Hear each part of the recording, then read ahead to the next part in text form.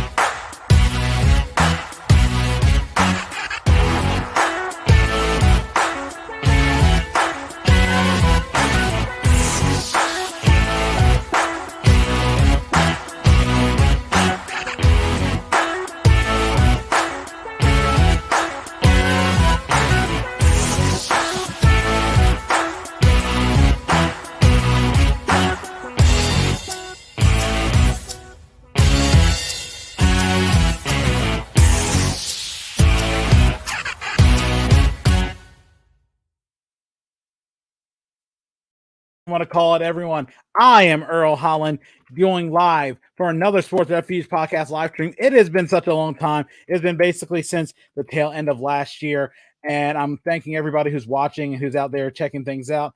And I wanted to say good evening, everyone, of course. And with me here is my guest, first time in the new year. A lot of you guys may have seen him on our previous podcast when we were talking about the Washington football team then, when they had their chances to try to inch back into the NFC playoff race before, as in classic, I guess, LOL skins fashion, that they cratered. But here with me to talk about it, his fandom of the DC sports team, his podcast, and so much more is a lot of people notice. He was an intern when I was working in newspaper at the Daily Times in Salisbury, Maryland. Here is David Cabrera. David, thank you for being on the podcast. I really appreciate you coming on to talk a lot about sports today. Earl, thank you for having me, man. Always a pleasure. Oh, no, I really appreciate it.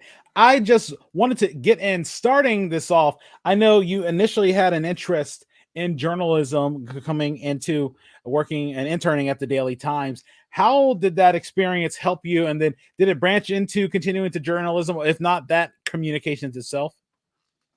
Yeah, so how I got the internship at the Daily Times. So my senior year of college, I was debating what company to intern for. And I think it was for an internship class, and I was just looking at the different companies, and I was like, it'd be kind of cool to write for a newspaper. And then Sean Yonker, who was the editor, the sports editor at the time, I had an interview with him, and we vibed pretty well. I think he liked some of the answers that I gave him, and he ended up hiring me as an intern, and I would go, to the different Salisbury sports games, high school games, and come back and write about it, and have a deadline that I needed to hit. So that was kind of real. Just making sure that I had real concrete notes, because when I would go to a game, I would just right afterwards I would have my notepad.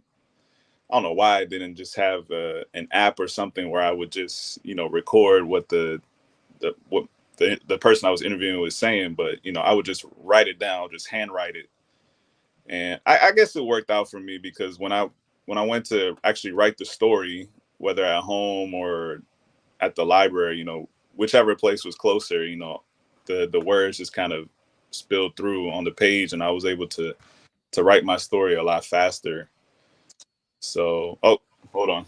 I have my dog here. Let me let her back.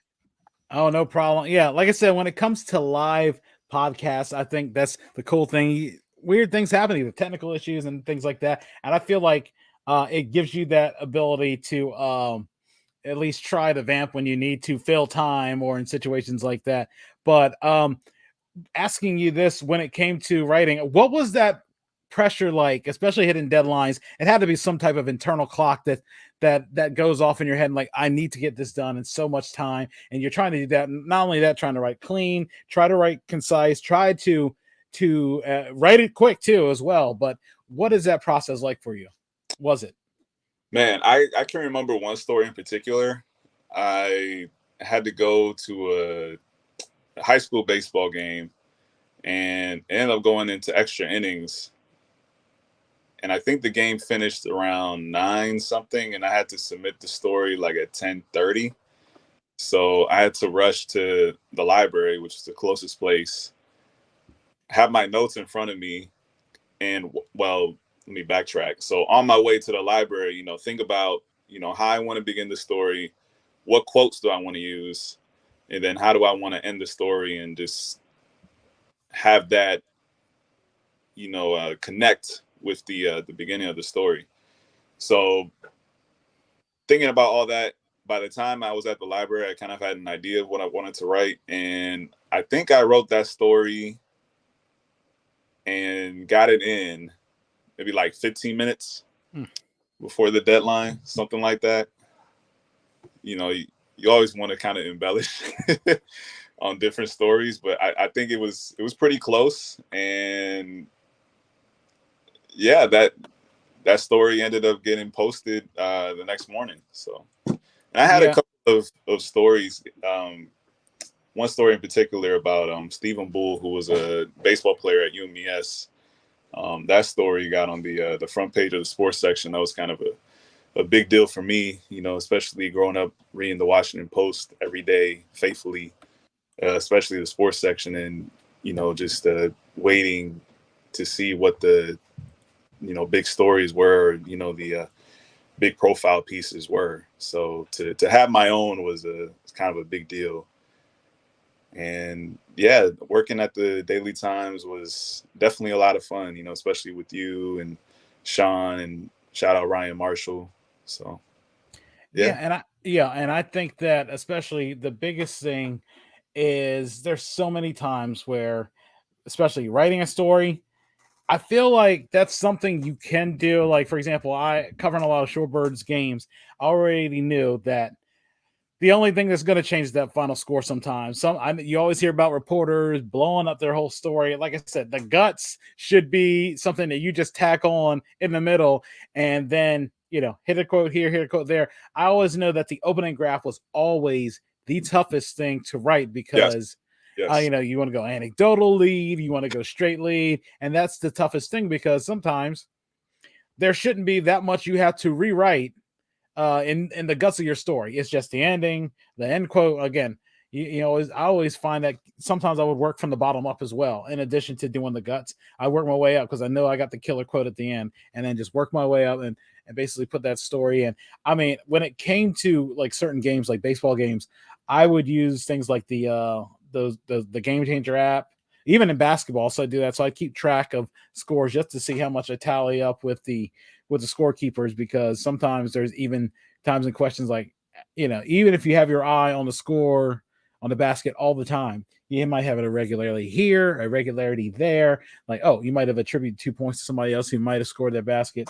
But I sometimes like keeping my own stats too, just to make sure. And I doubt there's really funny business, but it's things like that get a little crazy. Yeah, going back to how to write the leads. So I had a professor at Salisbury, Professor Simmons. Oh man, great professor. If anybody, well, I don't know if he's still there at Salisbury, but he had a very big impact as far as my writing ability. And in one of the classes, I think like that first week, he gave us a scenario as far as, this is a story and you need to write the lead, the middle, and the end in like 20 minutes. So you really don't have any time to think. You just have the facts, the quote, and you're off. And that really served me well when I got to the Daily Times and, had to meet deadlines and, needed to write stories effectively. So Man, when I think about my time at Salisbury, the Daily Times, and of course, attending Salisbury University, there's a lot of influential people, especially Professor Simmons. And, I hope he's still there and teaching because, again, he was one of the best teachers I had there or anywhere else, really. So, Following your time at Salisbury University, what did you do career-wise? What kind of avenues did you pursue after that? so I graduated in 2014. I interned. Well, I didn't intern. I worked part time at the Daily Times until July or so. And then I came back to the Montgomery County area of Maryland. And I don't know, leading up to graduation, I didn't know if I wanted to go the newspaper route. And then I finished the Daily Times, and then I came home and I was like, I don't know. I was kind of stuck. It's weird because you graduate college and there's a whole bunch of good vibes coming your way because you work towards that degree, but then there's that question of what's next. And I had an internship at the Department of Natural Resources, did like public relations stuff for them.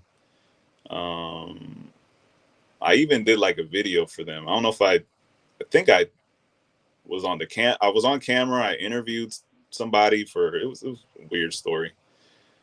I worked at a gym, and after that I worked at a movie theater. So I was still kind of like just figuring out stuff. And then in 2016, so almost 2 years later, there was an opportunity with this defense contractor in DC. And I just needed something stable at that time, honestly. And I found out that, I really liked the job. And I was there well, technically still there. We got acquired by a company last year.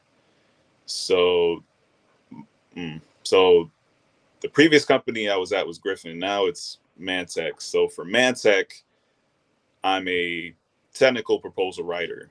So I'm going back to writing now. So what I do is I write and edit resumes for personnel within Mantech or companies that we may be working with proposals on or contract write-ups. And then I'll help edit the actual proposals that we submit. And I've been doing this job for about 2 weeks. So that's the stuff that I'm at least like editing proposals. I'll be doing that later on. So that's what I've been up to. Yeah. And like I said, it's interesting because whether you end up pursuing a career in journalism or going in some other avenue, I feel like those lessons that you learn really do come in handy, especially in whatever field, especially if it's a writing based field. And do you see how those things, I mean, to you, was there a lot of crossover from journalism into the technical writing field? Oh, definitely. Definitely, for sure. As far as, grammatical things, when you're dealing with technical writing on proposals, you're interacting with engineers and people that write in a, technical sense. Like they they don't know about punctuation and, when to use flowery language. So yeah, those lessons that I learned through studying journalism have definitely served me well in this job. So I can't say that it hasn't. So Yeah, it definitely makes sense because, like I said, you're going to use it wherever you go, even if you get out of the journalism field or you go into public relations or something else like that. And I always think about the journalism aspect of it. Unless I really think it's like there's not much of a career that you can compare to it. It's like if you're one of the big stars in journalism, you might get paid well, and even then, that's not even extremely well. As opposed to if you're one of the as there are many people who grind in day and out, barely making a living wage, which is a frustrating feeling. It feels like that is something a bit disappointing, especially seeing that without a lot of journalists, local government isn't covered or even, I guess, at a point brought to task or taken to task when it comes to issues surrounding stuff in the community. And I see why a lot of people are abandoning ship from that field because it's not worth the headache and stress for such low compensation.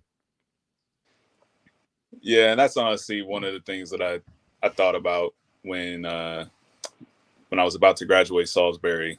Some of the things that you said as far as, low compensation and, really having to grind for a very long time to even, make a dent.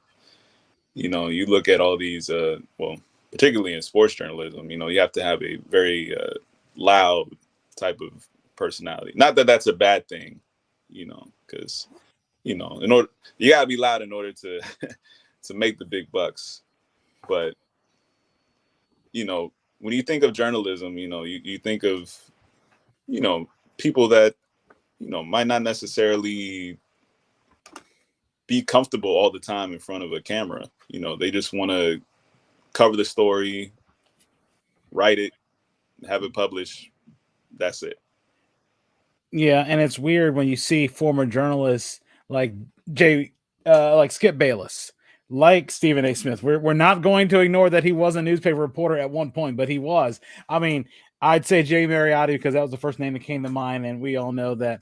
Yeah, when it comes to a guy like that, he is not the best journalist or the best person either. Hearing all the things that happened to him, and that he would just basically take somebody else's comments and quotes to write stories, but yeah, it's there's a way you can make money. I mean, yeah, there's a lot of Kevin Blackstones out there, or you have LZ Granderson, or you have Jamel Hill, and I mean, and like I said, the spectrum is wide, and Right. I feel like it's a wide spectrum, and between them and the former pros who are personalities, it feels like that has become the norm. Which, I mean, and I'm glad most of them don't pretend to be experts on the subject because they aren't.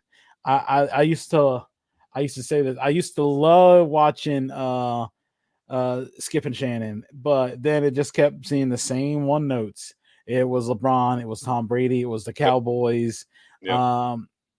Basically, I can't think. Actually, those feel like those were the same ones over and over. They didn't do the ESPN favorites where it was it was the Yankees or Red Sox. They just talked about the same things that would read the metrics, which you got to go where you got to go where your bread is buttered. But where your butter is, where your core audience wants you to go to. Yeah.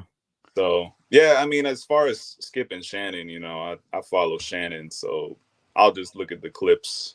I'm not even gonna watch the show. And then First Take is just, whoo, man, don't even get me started on First Take. Yeah, and that's the thing. And there's so many different other avenues. I don't know how much you follow. It was SB Nation, but Secret Base and just all their things like beef history. Those I love. I love beef history. I love the collapse. I love those different stories. Even Fumble Universe, where all the weird stuff they talk about, where they just try to break records with video games, like having a whole NBA league full of mediocre players and see who becomes a star. All 50, I think they're all like ranked 50, and then they just go for like 100 years, and these different guys win MVP. That if you put the real players in it, I have to check it out. Yeah, it's something. Yeah, and it's just I like the different things, and like I said, and even then, like I think the most recent beef history I watched, because I feel like I'm giving them a shout out, but it happens a lot. Beef history, it was, I think it was Kurt Busch and Joey Logano.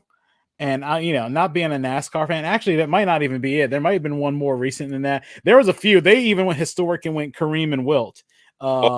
Yeah. And it went just from how they used to, Kareem was Wilt was Kareem's mentor, and then how petty Wilt got, and then things like that, and how Kareem would fire back at him. It just got absolutely insane. But I mean, I guess you sort of look at the story where if it is several people who say that so and so is petty, like I said, if if a friendship between Bill Russell and Wilt Chamberlain ended and all this other stuff, it's just like, you know how I like throwing anything, but like Shaq, when Shaq would badmouth a former teammate at any time, it was Penny, it was Kobe, it was Wade, it was all this other stuff. It's like, man, what's the point of it? Especially, I mean, you play with these guys and night in, night out. Yeah, it just seems like maybe it's more him talking for the sake of talking, but yeah, that's why he's on Inside the NBA, because that's what he does. He just talks. But that works for Shaq because he has the personality for it, and people are gonna listen.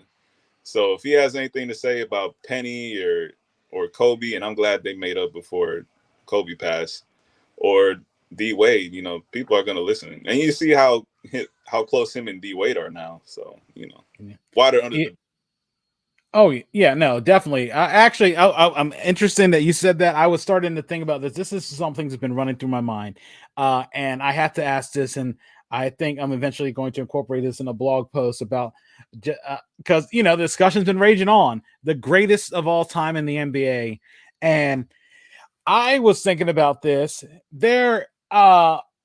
There's at least 8 people, especially if you start adding LeBron in the conversation, then at least 2 or 3 other people are in that list, because just the matchups against LeBron, the fact they have more rings than LeBron, because that's what we're talking about. It's everything. I had said, if you had to do let's just say your top 8 to 10, the greatest of all time, I personally start off with either 1A or 1B, Kareem and Michael Jordan. Yep. Then, it goes back and forth. Wilt, number 2, just because the things that he did. No one's ever averaged 50 points in a season ever since him, and the fact no one's ever scored more 100 points. What, Kobe was the closest with his 81, and then if you even have to put LeBron in the situation, why is it that Kobe is not ahead of LeBron? Because Kobe has more rings than LeBron, or I think fairly close to. And in fact, just Kobe's resume, how are you going to put LeBron ahead of Kobe, which is iffy? And then you got to put Tim Duncan in the discussion because he has rings. He's edged out LeBron in a finals, and then you got to put Magic. If you're talking about rings, you got to put Bill Russell in there. Oh yeah. Bill Russell's in that list because he won 9 as a player, 2 as a player coach. And like I said, I know some people may attribute to him to being the Ben Wallace of his era, which again is 6'9", and again, you're playing against some decent centers aside from Will. I mean, by the time he retired, I think Kareem hadn't even gotten to the league yet. I don't think he did. I think maybe. Oh, I think Kareem was. Because I forget when Will finished, but I think they overlapped. Yeah. Yeah, and, but think like Bill Russell and Kareem, I think they didn't interact. I mean, there were plenty of other centers. There were Wes Unseld, and then you had other guys. You had Dave Cowens. He's Hall of Fame caliber. There's probably a few more I can't pull off the top of my head, but I feel like then there's a whole bunch of other people. And like I said, you got to put Magic in that race, because without just as many rings with Kareem, and I mean, it starts getting crazy. And to say that LeBron's going to be by far heads and tails, it's not even that easy. He's going to finish with the most points ever in NBA history, but as much as everybody gets on Michael Jordan for not being able to beat the Pistons, LeBron lost to an inferior Orlando Magic team in the conference finals that Kobe ended up smoking in the finals, I think. And also, had LeBron beaten Kobe in the finals, I think there would be more room to put him ahead of Kobe. Yeah. I don't know but with Kobe though, you got to think about he basically had 2 different careers. Yes, LeBron has played with 3 different franchises and has won with them, but Kobe totally changed his game on the fly because his knees were just so messed up halfway through. Because if you think about, so right after the 3-peat, he started having problems with his knees. Well, I think it was his right knee, not knees. So he was starting to work on his shooting more, and then when he won those 2 championships later on in his career, he was primarily a guy that was a fade away. You know, I'm gonna go in the paint a little bit, but I'm gonna shoot kind of player. He wasn't, I'm gonna dunk it in your face the type of guy that he was when he was playing with Shaq. And he didn't really have to shoot the ball as much because the Lakers, primarily gave the ball to Shaq. You give the ball down to Shaq down low in the post, you're gonna dunk it. Yes, ma'am. Oh. Yeah, no, I see it. Oh. I know. You want to talk about Shaq and Kobe? You want to talk about Kobe? No. No? Okay. Okay. Okay. You want to get your domino? I don't know. Yeah, your domino. It fell. No. Oh, okay. You want to say hi to Mr. Earl? No. No, you're not. You gotta be polite. Say hi. No. This is my middle daughter, Liliana. Yeah, I don't know if anybody can really see the shirt, but it's like you can't scare me because I have 3 daughters. So the two other ones are upstairs. So I was about to ask you that as well, and I know we'll get back to that later about your being a dad, but I know you were continuing about the whole Kobe the Kobe two careers. Yeah. I'll just try to put a bow on that as far as those debates between who's better, LeBron or Kobe. But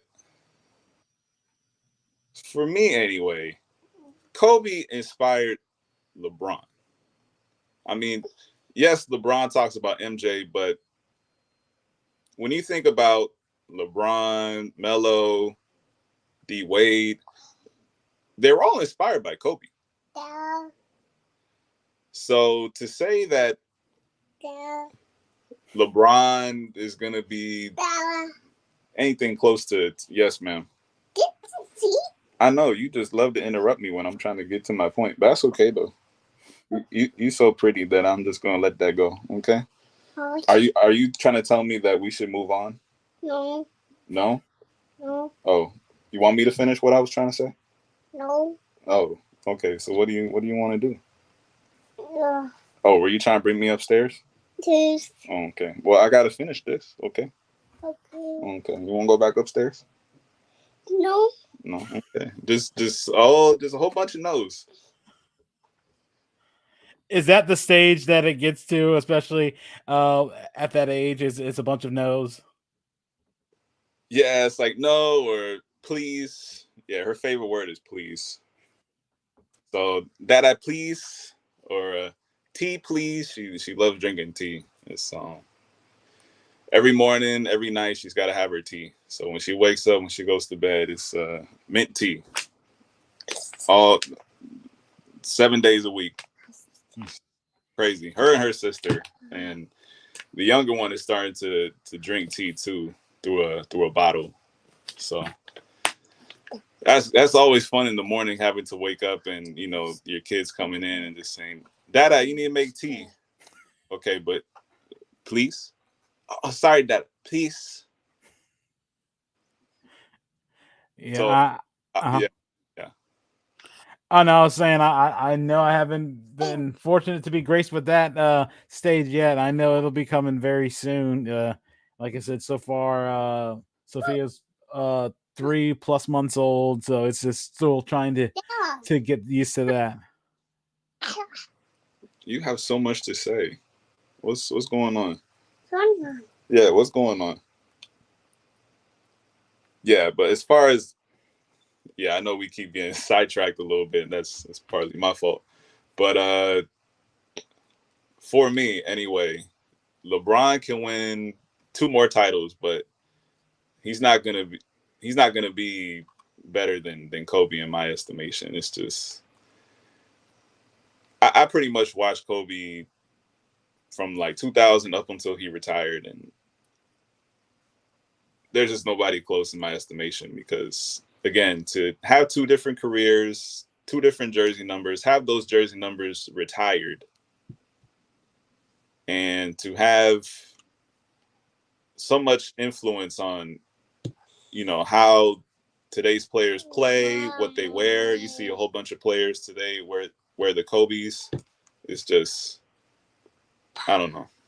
I can't put LeBron above him. I just can't do it.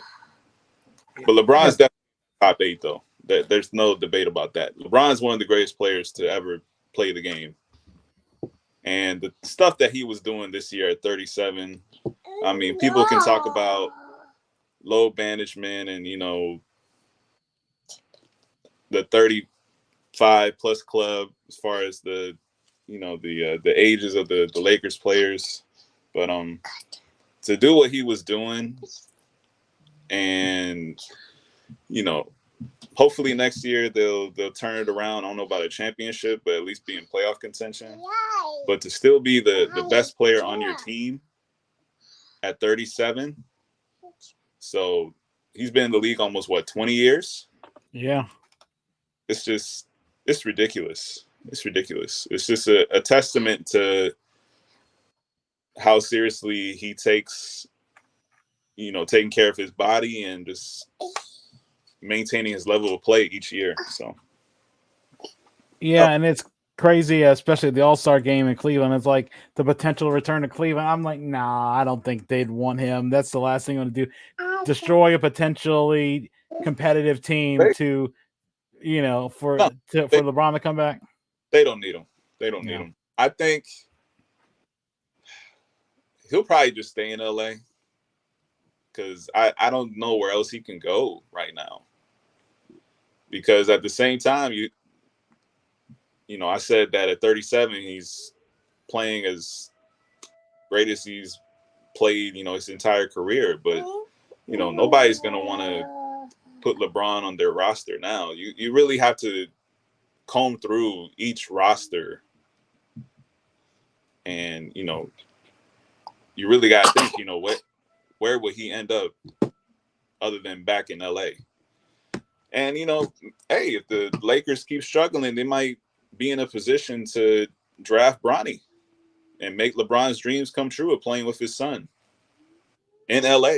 So, and even then, Bronny, it doesn't seem like he's that high caliber player that everybody's going to be talking about. He's not just a guy, but he's like, nothing super special. He's not his dad, or he's not probably some of those other guys coming up in some of his classes. Yeah, that's true. That's true. But, just to, I guess for the Lakers, the same way that they tried to appease Kobe in his last couple of years, they'll probably try to do the same thing with LeBron and get Bronny. That's my bold prediction. Yeah, and that's the thing. It's like after LeBron, and you look at every franchise that left outside of Miami, who still found a way to get itself together after he left, even because with Wade leaving, going to Chicago, and then coming back, and then all the other things that went on, they bounced back fairly quickly as opposed to Cleveland. Even it took Cleveland several years to finally get themselves together to where they are right now, even though they're in a play-in game. Yeah, because Cleveland has a girl. What's up? Well, Cleveland has an actual GM now. The Lakers, I'm not sure. I don't know. I don't know how good of a GM Rob Pelinka is. As far as yes, ma'am. Yes, ma'am.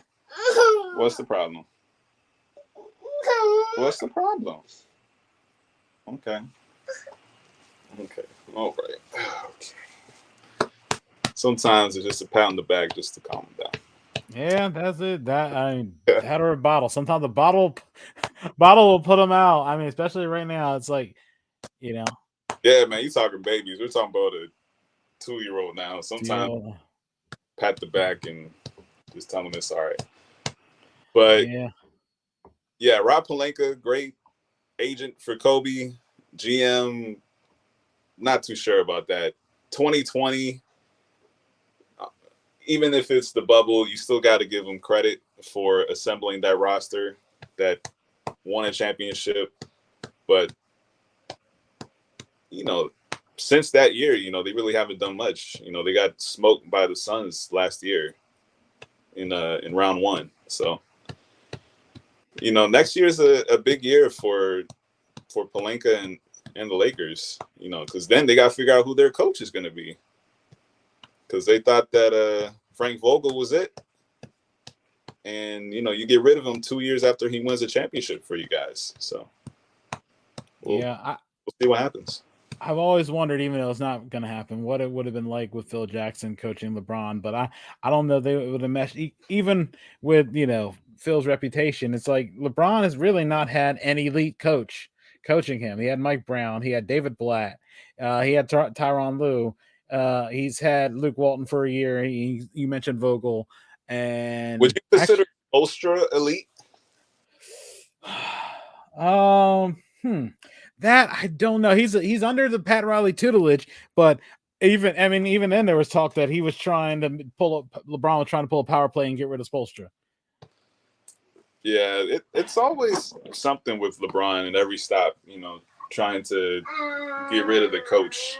Because when he went, because in Miami, Spoelstra, stayed throughout, but then he went to Cleveland and, they had Blatt for a year. Then he got fired. And then with Tyronn Lue, they won the championship.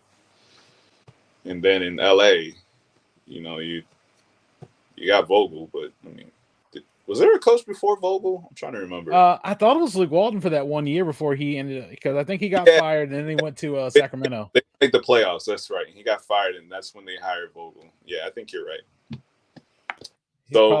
There you go. 2 franchises and, 2 coaches have been fired. But that's not to say that LeBron's a coach killer. I don't think that's what we're trying to imply. But he's just never had an elite coach. He really hasn't. Yeah. And Spoelstra is a really good coach because, every year Miami's in contention.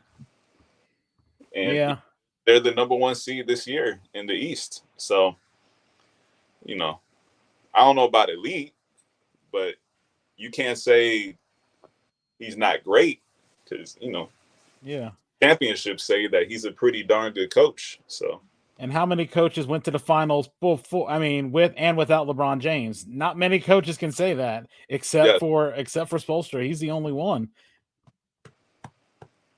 And I would say that he probably did his best work without LeBron because, like you said, when LeBron left, Miami had to start from scratch. And, yes, they haven't won a championship, but they made the finals, got beat by LeBron. And a decimated team, too. Decimated team at that, because I think Jimmy Butler was going into the finals hurt, or he hurt his ankle game 1 or something like that. Bam was hurt. I think he hurt his shoulder in 1 playoff game. So, yeah, like you said, that was a banged-up team. And, we didn't get to see the best matchup between Miami and LA. But, again, that's a testament to Spoelstra and his coaching ability getting the team that far. And we'll see what happens this year. Who do you have coming out of the NBA in the NBA Finals? Your ideal NBA Finals matchup. Do you think it's Milwaukee, Phoenix again? Is it some other entity? Is it the year the Sixers finally get over the hump? They have no excuses. No Ben Simmons, boogeyman. No Brett Brown can't do the job. Do you think this is the year for the Sixers or anyone else? I could see a rematch between Milwaukee and Phoenix, simply because Giannis is playing his best basketball. As far as being a complete player, he can shoot the ball from outside consistently now. And as far as Phoenix, they took last year personally. They really did. You can see that. They're just, even when they didn't have Chris Paul, they didn't miss a beat. And I don't think it matters who they play, honestly, in the West, Earl. I think Phoenix is going to go back. And as far as the East, I don't know what it is about James Harden, but I just don't trust him in the playoffs. I don't trust him to be a complete performer. Stop, mama. You see his performances in Houston and Brooklyn, and to hope that he's going to finally put it all together for Philly is a huge ask.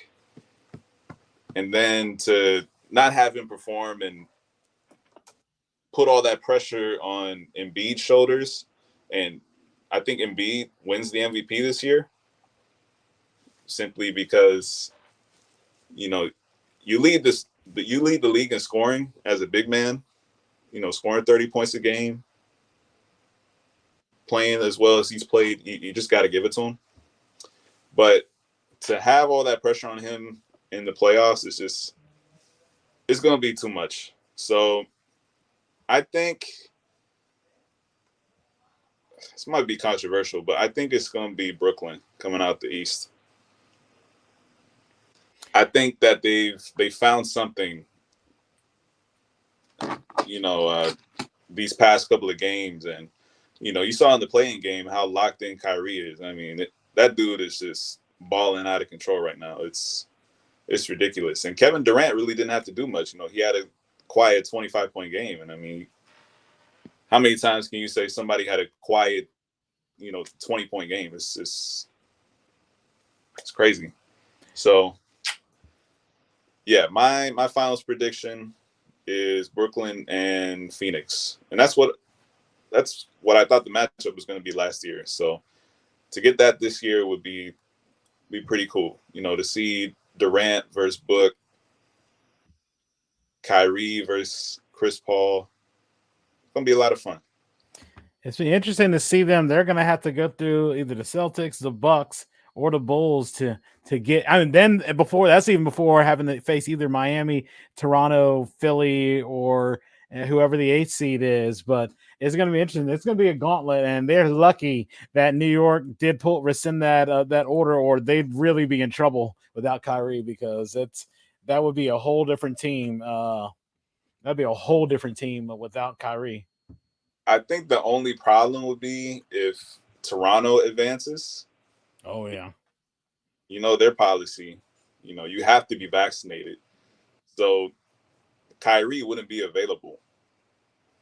And we'll see how good. We'll see if Toronto makes it through the gauntlet. But, you know, not to say that, you know, oh, my goodness, Brooklyn is going to get beat by Toronto. But, you know, if they do happen to cross paths with Toronto and have to go to Toronto, that's going to be a big deal, not having Kyrie for however many games they're out there. So yeah, that would be, if everything stays the same, that would be a 4 of the 7. If it's a 7-game series, 4 of them in Toronto, including Game 7. So that would be huge. It would sort of be like that the matchup with the Nets and Bucks, where basically, you know, Harden finally started playing, even though he was basically on one leg that time. But yeah, who knows?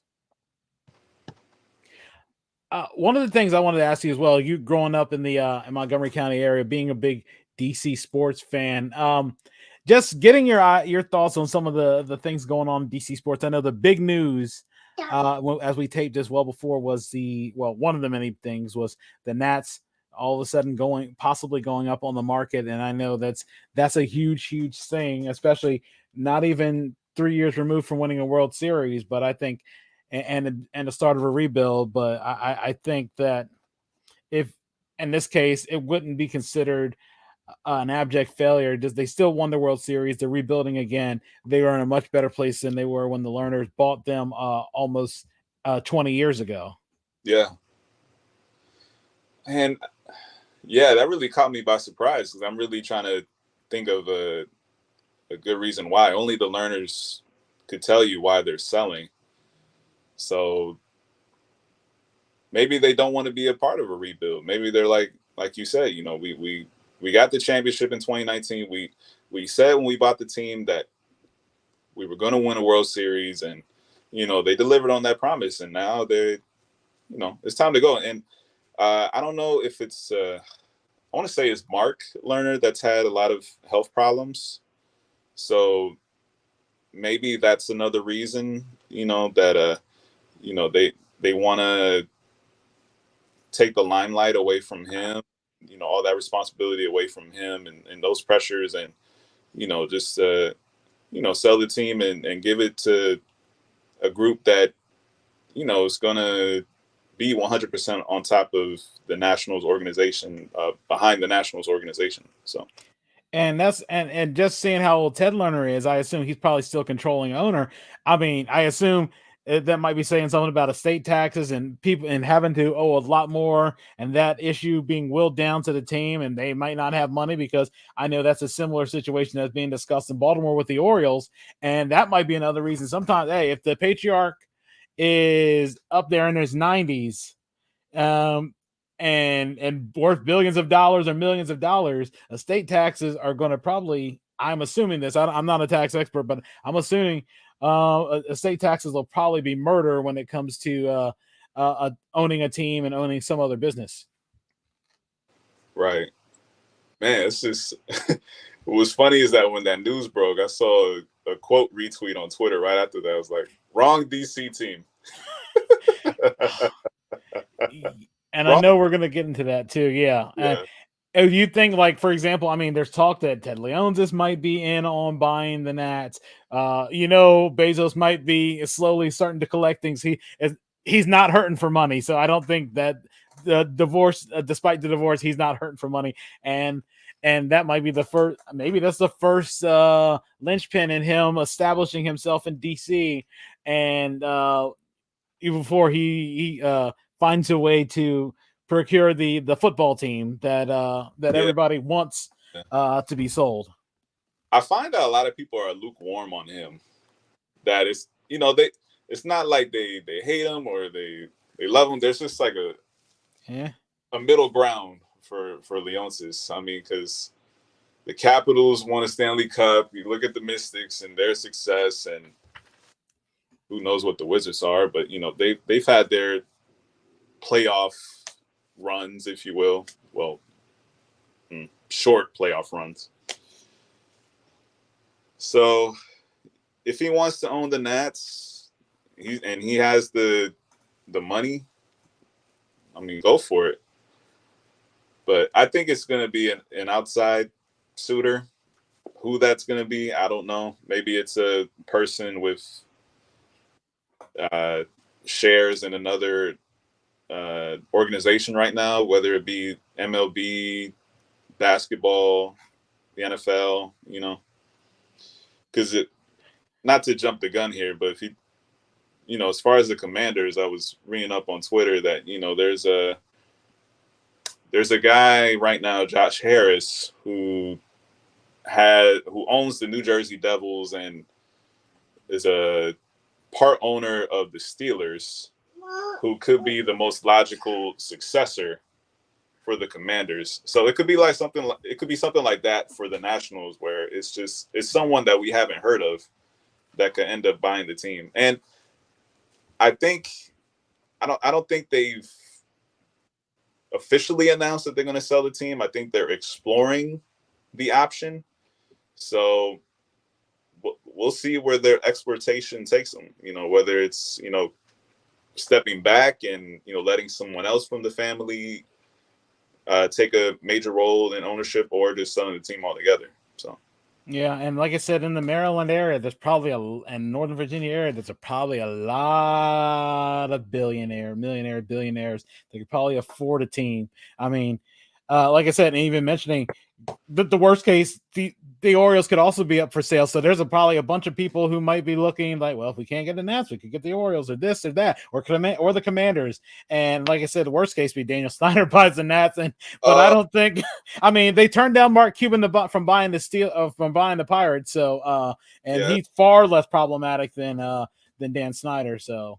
Yeah, and as far as the Josh Harris thing there, I just want to shout out Chad Forbes, because people get really sensitive when you don't shout out the source for the news. So shout out Chad Forbes for that tweet. I just remembered it, man. Photographic memory sometimes it hits. Yeah.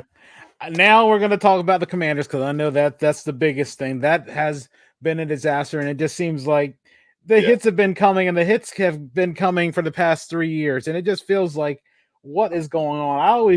I didn't joke about it. I always said, I don't know how Dan Snyder made his money. He seems like a horrible businessman, but I don't know how he made his money. And I mean, if it wasn't for, as we say, old man Cook not leaving the team to his son, The Learners were also in that. Were also bidding for the team. Well, imagine how different that would have been if the Learners got the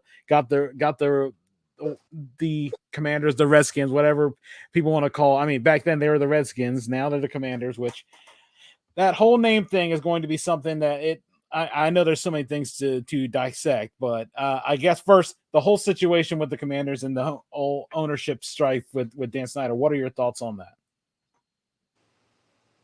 I've been on record, whether it be my podcast or anybody that really asks me, what do you think about Dan Snyder? And I don't really care for the man.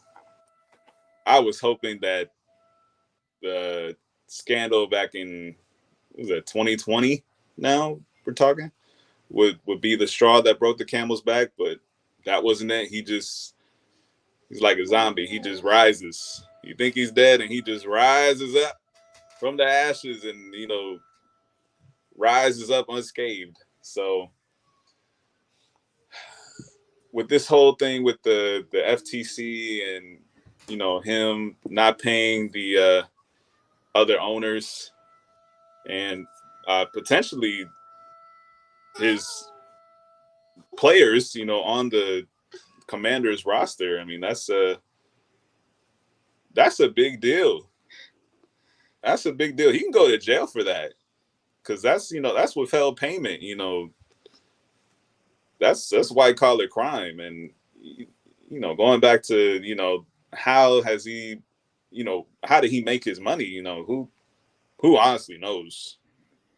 He probably just must have a great network of people. That's the only thing I can think of right now. And as far as how he remains the owner of this team, he must have some dirt on everybody. Yeah, and I mean, it's crazy. He must have dirt on all 32 teams, Goodell, people in the league office, because it's just anytime you see good news about the team, bad news follows that day. Because I think, so the FTC thing broke the same day that they announced that the games are going to be broadcast on Big 103. I saw that in the morning, and then midday was when the stuff about the FTC broke. It's just one thing after the other. And, people that consider this team to be a joke, I mean, they have a point. The owner's a joke. The team hasn't done anything since 91. And it's frustrating. It really is. And, you hope to see the light at the end of the tunnel. And, you, as a fan, you get promised that every new head coaching regime, it's just going to be different, or every new draftee or, high price free agent signee, there's always this promise of, we're turning the corner. And there just comes a point where you just got to stop believing that and just say, guys, you need to just shut up and just perform on the field. Let your play do the talking. yeah, and the other thing about it is like I said, you mentioned just nothing good has happened. Yeah, every time they make the playoffs, it's then they don't show up. You have the Seattle game the Seattle game under Shanahan as opposed to the Seattle game under Gibbs, where they were still reeling off the Sean Taylor thing, and they got didn't they get a playoff win that one round and then all of a sudden collapse, or was that the year before that? So yeah, that was 2007 under Gibbs. They made that playoff push towards the end of the year. Then they played Seattle in the wild card round. They got beat by them. It was a close game, but yeah, they lost in round one. Yeah, and it just seems like a disaster. Like the game against the playoff game against Green Bay, Jay Gruden. Jay Gruden. Oh. John, man, you got to dive for the pylon, my guy. You cannot just hope and pray that you can get your. Stop digging in there. There's no gold in there. I don't care what anybody said. There's no gold in the nose. But man, I don't know what happened that game because, as a fan, you're excited that, that they got everything rolling on offense. Aaron Rodgers can't get anything going on the other side. And, that play by Deshaun Jackson was really the turning point because, they could have gone up, I think it was like 10 plus points, something like that, I want to say. And, they had to settle for a field goal. And then Aaron Rodgers started to get hot, and they lost that game. And that's been their only real taste of almost playoff success, because you look at the game against the Buccaneers, they really didn't have a chance throughout that whole game, even though Taylor Heineke played his butt off. But, yeah, that Green Bay game under Gruden was their best chance. And that was a real exciting year because, offensively, they were one of the best in the league. Defensively, they were making plays. They weren't stopping anybody, but they were making plays. And, you kind of had high hopes. And, we're kind of back to square one 7 years later. So, yeah, and just hoping that Carson Wentz is the guy, because at this point, a lot of people are staking their careers on it, and it's a lot of people are staking their careers on it, and it is a complete and utter mess because if they, a lot of people are going to lose their jobs because of this. yeah, if it doesn't work out. You look at Ron Rivera and what he said leading up to this year. Year 3 is a big deal, and like you said, a lot of people are, well, Ron included, are staking their careers on, how well Carson Wentz is going to play. And you look at how Carson performed in Indy. Indy was, they're primarily a rushing team. There was talk of Jonathan Taylor, winning the MVP, of how well he was playing. So Washington wants to have a, you okay, Mama? Okay. Yeah, so Washington wants to have a more, downfield type of offense this year. And, you look at all the mock drafts and, the Ohio State wide receivers are being mocked to them. Drake London from USC is being mocked to them. But I think their success and Carson Wentz's success would benefit from a run-first approach. And, you look at a back like Antonio Gibson. Yes, he has the fumble problems, but he's a very talented running back. Ran for over 1,000 yards last year. And, he's coming into his 3rd year. And, when you talk about players in year 3, that's when, their careers either, they go up or they go down. So, at least for me anyway, as a Commanders fan, I hope that, we let Antonio Gibson do his thing and, take pressure off Carson Wentz and, see where that takes us. Yeah, because I think their line is great. No Trent Williams issues anymore. I know Scherf going to Jacksonville, that's going to be a different thing. But, I mean, their line was very good. Leno was good. Now they added the new guard from previously from Norville. Yeah. Who was with Carolina the same time that Ron Rivera was there. And Cosme was nice too at right tackle as a rookie. He just had some injuries there. But, when he played, he was really good. I mean, he was even more than serviceable. He was really solid.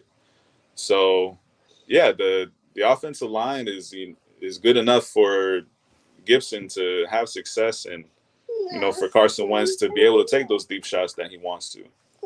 Yeah.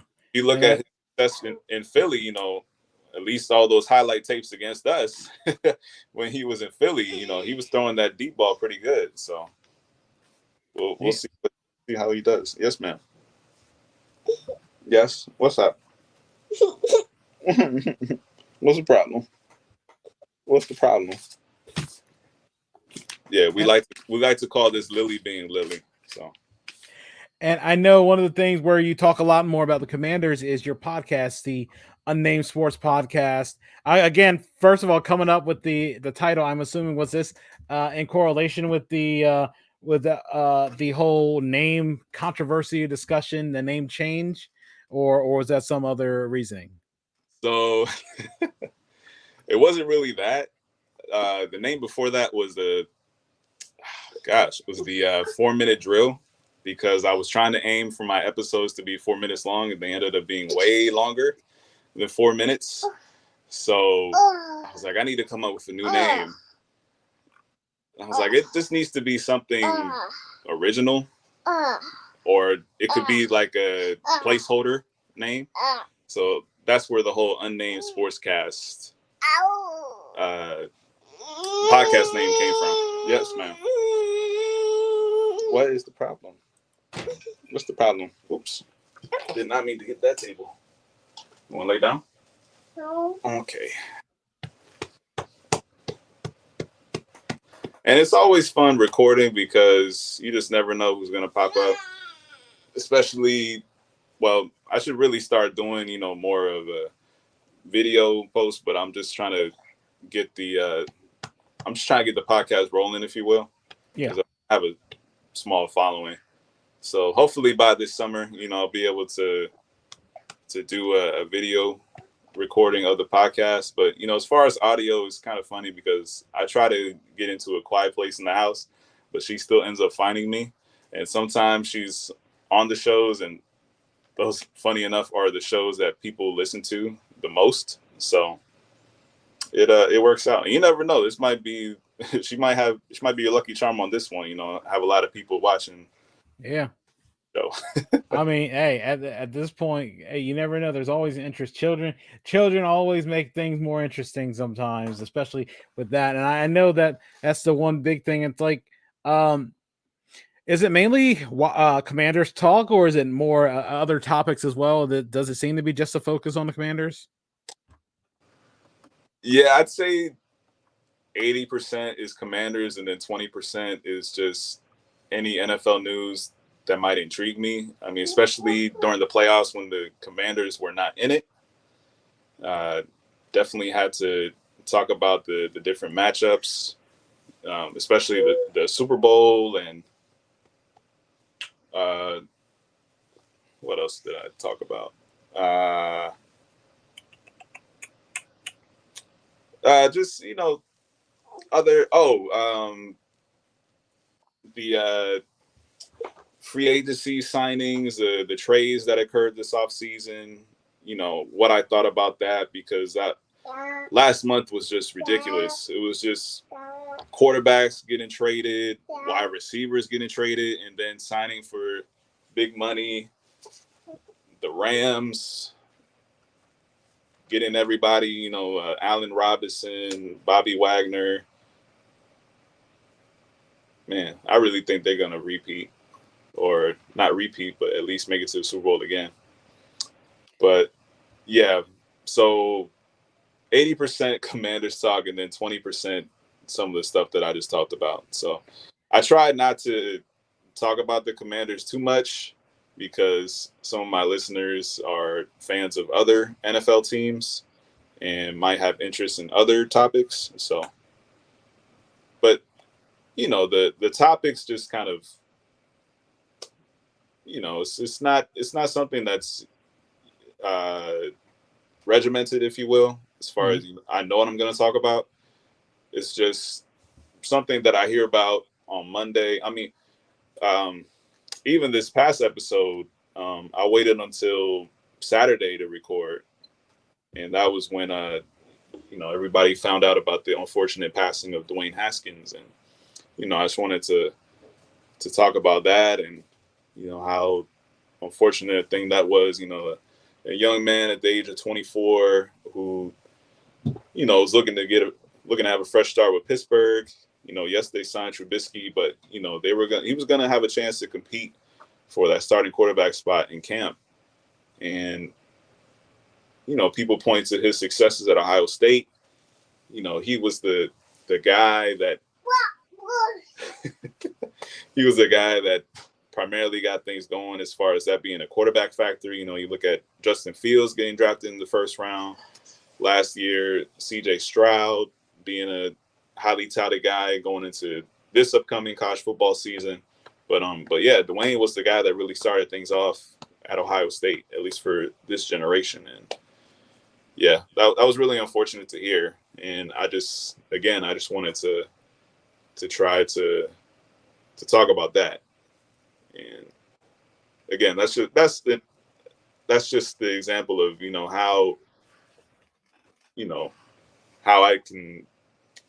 how flexible I am with the topics that I talk about. So interestingly enough, and I this is where the comparisons end. He was the same age as Sean Taylor, 24 years old when he passed. You're totally right. And that's crazy because I remember that. I look at it. I'm born 50 days before Sean Taylor. 50 days. Same year in 1983, and it's like I look at it, I'm like 24 years old. I'm like, you're kidding. It is absolutely crazy at that time, and it's like, I still couldn't believe it, because I always say, like, yeah, and like I said, the comparisons to them, that's the only comparison I'm using, because like I said, their paths and their unfortunate endings. And even saying that just sounds callous, but their unfortunate passings were in very different situations. Hold on. And no one can speculate that, but it's just very interesting. 24 years old, and so much life to live. No one's gonna ever say, when someone passes who's 95, 100 years old, like with Betty White, 99 years old, no one will ever be sad that she passed. Everybody's gonna say she lived a good life. When you're 24 years old, you've lived nearly a quarter of that, and a lot of people are going to be in disbelief.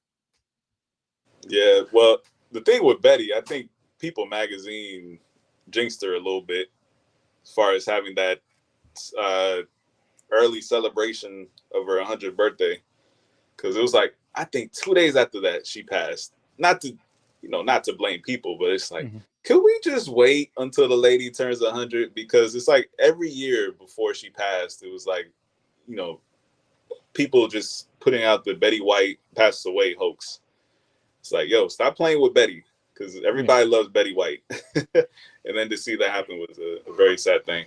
And everybody promoting these Betty White. Like, I watched Game Show Network and Buzzer, and they're doing these birthday celebration for Betty White. I'm like, for a person who's going to turn 100, you better hope that it's a birthday celebration instead of a memorial tribute, because anyone of that age, it's touch and go at any point. Oh man, but sorry, huh? Get up. I'm talking though. Can I conversation? I think we're almost done.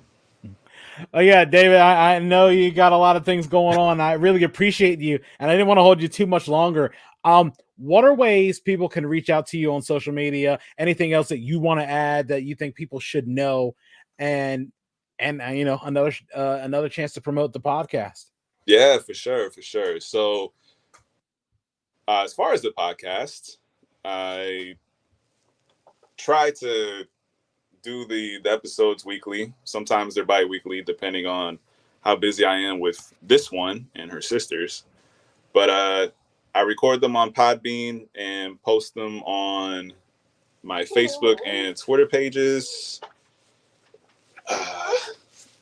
Do not ask me what my Twitter account name is, because I do not remember off the top of my head. Maybe that's something that we can post on, maybe that's something that I can have when I get the video from Earl here. Why do you keep saying, come on, Dada? I'm almost done. Can I finish? Yeah, finish.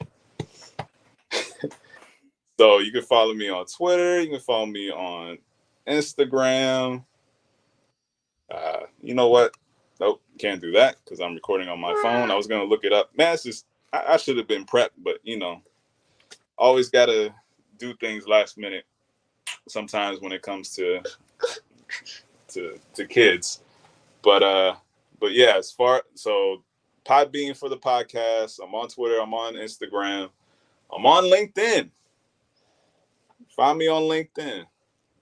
And man, so as far as these little girls, this one is turning 2 later on this month on the 27th. Oldest one's turning 7 next month. And then our youngest daughter, she turned 4 months old today. She was born on December 14th. So she is 4 months old today. Shout out Juliana, Vanessa. So. Yeah, I tell you, that being the new dad feeling for me, it's his first time. I just thought like the first few months, like the first month, just keep him alive. That's all I can do. Just keep him alive. Everything else will work itself out. And even with sleeping patterns and everything else. And it's like, I'm glad I was able to, like I said, get past that first the first month. Everything has been pretty crazy. Yeah. What's funny is that with this one, I was so worried and concerned, as far as trying to keep her alive and not dropping her. And with Julie, the 4-month-old, she's already holding her head up. She's trying to stand up, do all this advanced stuff. And it's like, okay, I don't have to worry about you as much, but try not to grow up too fast. Yeah, it feels like the kids in the pandemic, like that one video said, and until you have a kid in the pandemic, these pandemic babies are something different. So I mean, yes. I always think like, you know what? Nah, it is absolutely true. Sophia, she's already popping her head up, and we're doing tummy time all the time and everything. So that's a huge thing. And like I said, she'll be 4 months in May. And it's just absolutely crazy. She's already starting to hold her bottle too, and next thing you know, she'll start crawling, and then all bets are off. But start talking, man. It's a whole new ball game. Oh gosh, yeah, that's when you definitely have to watch what you say around them too. Definitely have to censor yourself and just replace certain words. So. But David, it's been wonderful to see. I've been following you on Facebook and all the different posts of little Sophia. Man, she's a very cute little girl, very blessed little girl to have, and your wife as parents. So definitely, and I do appreciate it, David. I really appreciate it. Thank you so much. Definitely do this again. For everybody who's been watching, really appreciate you guys checking us out both on Facebook and YouTube. I know normally we do YouTube, Facebook, and Twitch, just trying something a little different. But for everybody who's been watching, David, we can talk a little in the interview room once we're finished with this. But for everybody who's been watching, and for my guest, David Cabrera, I am Earl Holland saying thanks for listening, you guys, and have a good one. Hey, bye-bye. Bye-bye.